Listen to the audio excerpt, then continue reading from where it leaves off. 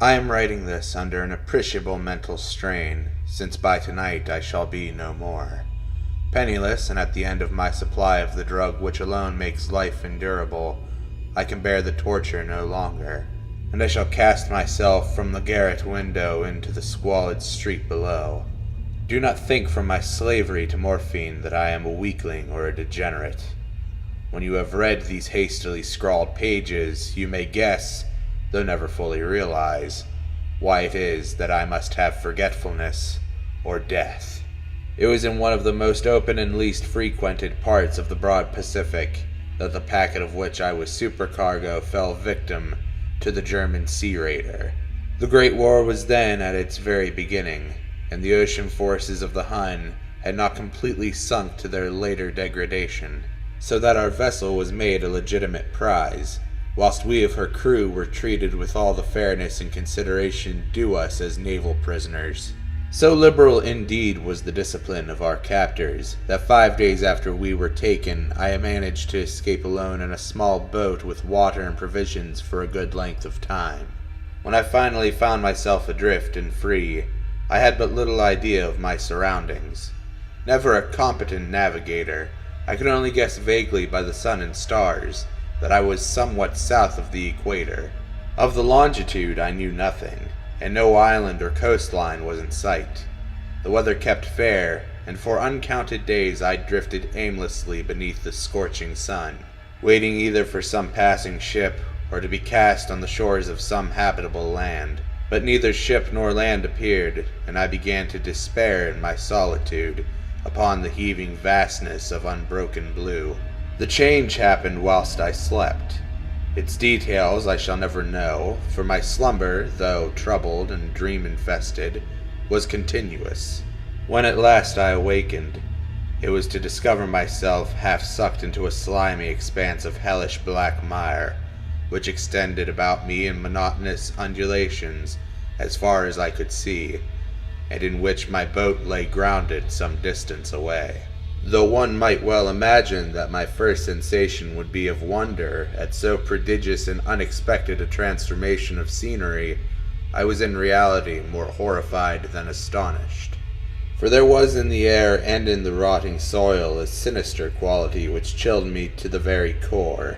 The region was putrid with the carcasses of decaying fish and of other less describable things which I saw protruding from the nasty mud of the unending plain. Perhaps I should not hope to convey in mere words the unutterable hideousness that can dwell in absolute silence and barren immensity. There was nothing within hearing, and nothing in sight save a vast reach of black slime. Yet the very completeness of the stillness and the homogeneity of the landscape oppressed me with a nauseating fear. The sun was blazing down from a sky which seemed to me almost black in its cloudless cruelty, as though reflecting the inky marsh beneath my feet. As I crawled into the stranded boat, I realized that only one theory could explain my position. Through some unprecedented volcanic upheaval, a portion of the ocean floor must have been thrown to the surface, exposing regions which, for innumerable millions of years, had lain hidden under unfathomable watery depths. So great was the extent of the new land which had risen beneath me, that I could not detect the faintest noise of the surging ocean, strain my ears as I might. For several hours I sat thinking or brooding in the boat, which lay upon its side and afforded a slight shade as the sun moved across the heavens. As the day progressed, the ground lost some of its stickiness, and seemed likely to dry sufficiently for traveling purposes in a short time. That night I slept but little, and the next day I made for myself a pack containing food and water, preparatory to an overland journey in search of the vanished sea and possible rescue. On the third morning I found the soil dry enough to walk upon with ease. The odor of the fish was maddening, but I was too much concerned with graver things to mind so slight an evil, and set out boldly for an unknown goal. All day I forged steadily westward, guided by a faraway hummock which rose higher than any other elevation on the rolling desert. That night I encamped, and on the following day still traveled toward the hummock, though that object seemed scarcely nearer than when I had first espied it. By the fourth evening, I attained the base of the mound, which turned out to be much more higher than it had appeared from a distance, an intervening valley setting it out in sharper relief from the general surface. Too weary to ascend, I slept in the shadow of the hill. I know not why my dreams were so wild that night, but ere the waning and fantastically gibbous moon had risen far above the eastern plain, I was awake in a cold perspiration, determined to sleep no more. Such visions as I had experienced were too much for me to endure again, and in the glow of the moon I saw how unwise I had been to travel by day. Without the glare of the parching sun, my journey would have cost me less energy. Indeed, I now felt quite able to perform the ascent which had deterred me at sunset. Picking up my pack, I started for the crest of the eminence. I have said that the unbroken monotony of the rolling plain was a source of vague horror to me, but I think my horror was greater when I gained the summit of the mound and looked down the other side into an immeasurable pit or canyon, whose black recesses the moon had not yet soared high enough to illuminate. I felt myself on the edge of the world, peering over the rim into a fathomless chaos of eternal night. Through my terror ran curious reminiscences of Paradise Lost, and of Satan's hideous climb through the unfashioned realms of darkness. As the moon climbed higher in the sky, I began to see that the slopes of the valley were not quite so perpendicular as I had imagined. Ledges and outcroppings of rock afforded fairly easy footholds for a descent, whilst after a drop of a few hundred feet, the declivity became very gradual. Urged on by an impulse which I cannot definitely analyze, I scrambled with difficulty down the rocks and stood on the gentler slope beneath, gazing into the Stygian deeps, where no light had yet penetrated. All at once my attention was captured by a vast and singular object on the opposite slope, which rose steeply about 100 yards ahead of me, an object that gleamed whitely in the newly bestowed rays of the ascending moon. That it was merely a gigantic piece of stone, I soon assured myself, but I was conscious of a distinct impression that its contour and position were not altogether the work of nature. A closer scrutiny filled me with sensations I cannot express, for despite its enormous magnitude and its position in an abyss which had yawned at the bottom of the sea since the world was young, I perceived beyond a doubt that the strange object was a well-shaped monolith whose massive bulk had known the workmanship and perhaps the worship of living and thinking creatures. Dazed and frightened, yet not without a certain thrill of the scientist's or archaeologist's delight, I examined my surroundings more closely. The moon, now near the zenith, shone weirdly and vividly above the towering steeps that hemmed in the chasm, and revealed the fact that a far-flung body of water flowed at the bottom, winding out of sight in both directions, and almost lapping my feet as I stood on the slope. Across the chasm, the wavelets washed the base of the Cyclopean monolith, on whose surface I could now trace both inscriptions and crude sculptures. The writing was in a system of hieroglyphics unknown to me, and unlike anything I had ever seen in books, consisting for the most part of conventionalized aquatic symbols such as fish, eels, octopi, crustaceans, mollusks, whales, and the like.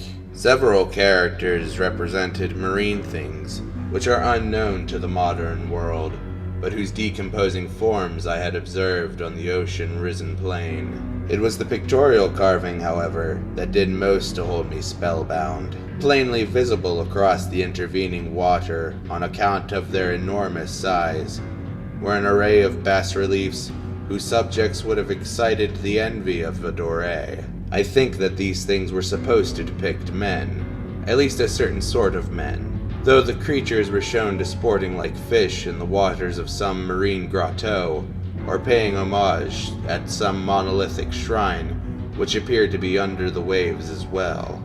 Of their faces and forms I dare not speak in detail, for the mere remembrance makes me grow faint, grotesque beyond the imagination of a Poe or a Bulwer. They were damnably human in general outline, despite their webbed hands and feet, shockingly wide and flabby lips, glassy, bulging eyes, and other features less pleasant to recall. Curiously enough, they seem to have been chiseled badly out of proportion with their scenic background, for one of the creatures was shown in the act of killing a whale, represented as but little larger than himself. I remarked, as I say, their grotesqueness and strange size, but in a moment decided that they were merely the imaginary gods of some primitive fishing or seafaring tribe, some tribe whose last descendants had perished eras before the first ancestors of the Piltdown or Neanderthal man was born. Awestruck at this unexpected glimpse into a past beyond the conception of the most daring anthropologist, I stood musing whilst the moon cast queer reflections on the silent channel before me. Then suddenly I saw it. With only a slight churning to mark its rise to the surface, the thing slid into view above the dark waters. Vast, Polyphemus-like, and loathsome, it darted like a stupendous monster of nightmares to the monolith, about which it flung its gigantic scaly arms, the while it bowed its hideous head and gave vent to certain measured sounds. I think I went mad then. Of my frantic ascent of the slope and cliff, and of my delirious journey back to the stranded boat, I remember little. I believe I sang a great deal, and laughed oddly when I was unable to sing. I have indistinct recollections of a great storm some time after I reached the boat. At any rate, I know that I heard peals of thunder, and other tones which nature utters only in her wildest moods. When I came out of the shadows, I was in San Francisco Hospital, brought thither by the captain of the American ship which had picked up my boat in mid-ocean. In my delirium I had said much, but found that my words had been given scant attention. Of any land upheaval in the Pacific, my rescuers knew nothing, nor did I deem it necessary to insist upon a thing which I knew they could not believe. Once I sought out a celebrated ethnologist, and amused him with peculiar questions regarding the ancient Philistine legend of Dagon, the fish god. But soon perceiving that he was hopelessly conventional, I did not press my inquiries. It is at night, especially when the moon is gibbous and waning, that I see the thing. I tried morphine, but the drug has given only transient surcease, and has drawn me into its clutches as a hopeless slave. So now I am to end it all, having written a full account for the information or the contemptuous amusement of my fellow men. Often I ask myself if it could not all have been a pure phantasm, a mere freak of fever as I lay sun-stricken and raving in the open boat after my escape from the German man-of-war. I cannot think of the deep sea without shuddering at the nameless things that may at this very moment be crawling and floundering on its slimy bed, worshipping their ancient stone idols, and carving their own detestable likeness on submarine obelisks of water-soaked granite. I dream of a day when they may rise above the billows to drag down in their reeking talons the remnants of puny, war-exhausted mankind. Of a day when the land shall sink, and the dark ocean floor shall ascend amidst universal pandemonium. The end is near. I hear a noise at the door, as of some immense slippery body lumbering against it. It shall not find me. God, that hand, the window, the window!